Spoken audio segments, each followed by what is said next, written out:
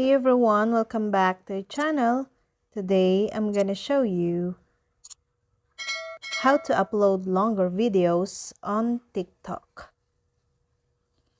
As with many new features on TikTok, the ability to post 10-minute videos isn't fully available to all users yet.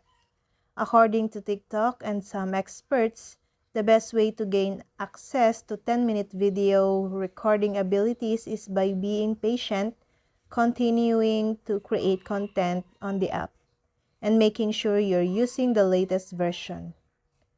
Now, it's time for the moment of truth. Follow these videos to determine if you can post 10-minute long TikToks and share this longer form of content with your audience. Start by double-checking that your TikTok app is updated to the latest version. You can check this by going to the App Store for your smartphones. Next, open the TikTok app to your profile page.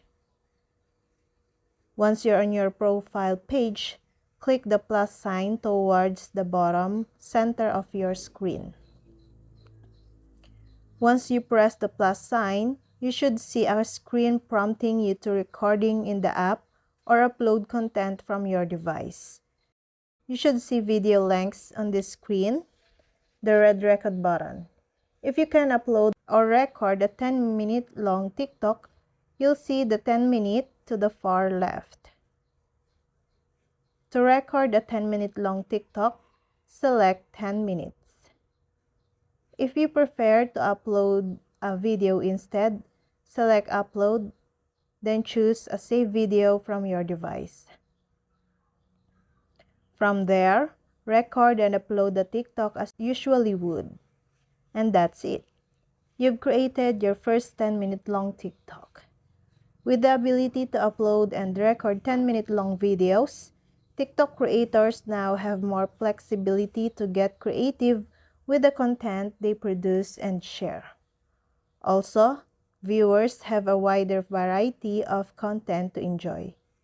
As TikTok continues to evolve and expand, it will be exciting to see how the content available on the platform shifts.